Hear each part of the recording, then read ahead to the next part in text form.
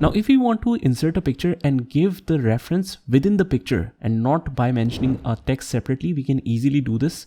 So let's continue with this assignment. You can download this with the link of this video, where we have already learned how we can create the table of contents automatically from the document. So if you haven't watched that video, just watch that video first. Let's firstly, when we create a gap, make sure that it is turned to normal, and then let's insert some spaces. If we turn on the non-printing characters, we have just inserted it by pressing the enter button. So it's showing like that. Now let's insert a picture here. Actually, let's insert it somewhere within the document. So let's insert at different places. For example, I want to show some pictures, ancient peoples and early civilizations. Let's say we want to insert a picture here from the online pictures, culture. Let's write here and let's use any image, something like this.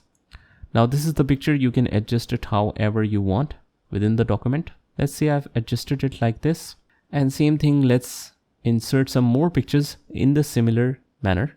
Let's write explore here. Just find a suitable pictures for each word. Let's say this one.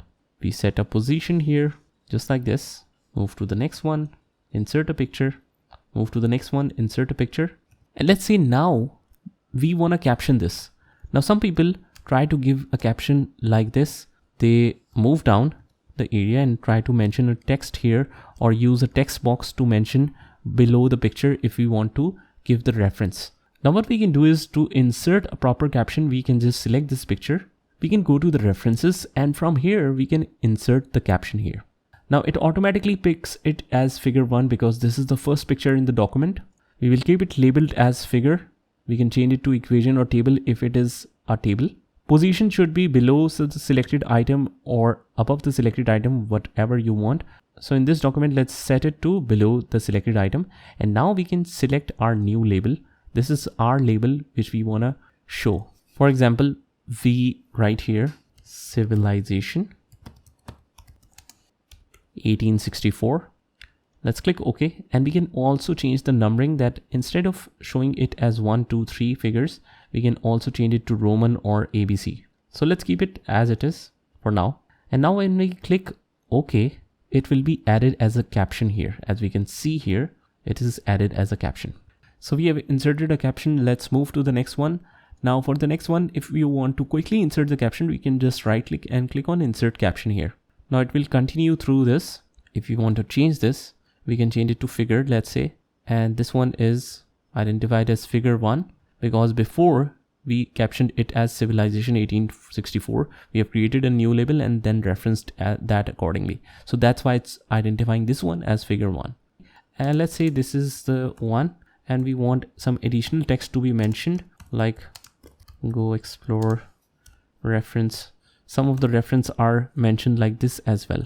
So let's say this is the document reference, and click OK, and it will be shown something like this. Same thing, let's add a caption here. So now it will be shown as figure 2. We can add our own caption. So let's say this is some reference, click OK, and it will be shown like this. So now that we have entered all the references, we can also create a table of reference for that, just like we did for the automatic table of contents. We can automatically refer to this table of figures as well. So for that, we have created a space here by manually pressing the enter. And let's say this is pictures reference right here that I want to mention. We can format it however we want. Let's say a heading. And now we can click on the references and insert the table of figures. Now, as we can see that same as for table of contents, we have a format here. So we can choose that. We can turn it to classic, distinctive, centered, whatever we want, or formal, let's say. So let's say I like this one. Now it says include the label and number. Now let's see the magic of it. Let's click OK. And now we can see that it has highlighted and identified the picture references in the document. So whatever references you used with the page number, it has shown these references. Whenever you want to go in that particular reference, you can just hold the control key, press click, and then we move to the picture. Similarly, let's select this, go to the references and go here and just change it to this style. Click OK, and now it will replace that. Now if you want this reference to be different from what we see in table of contents, what we can do is just click on insert the table of figures again, and let's choose a center format. So let's say this is the centered format. Let's click OK, and it will ask you to replace the existing table. Let's click OK, and this is how the references are shown. So now it looks proper. This is the picture references and this is the table of contents.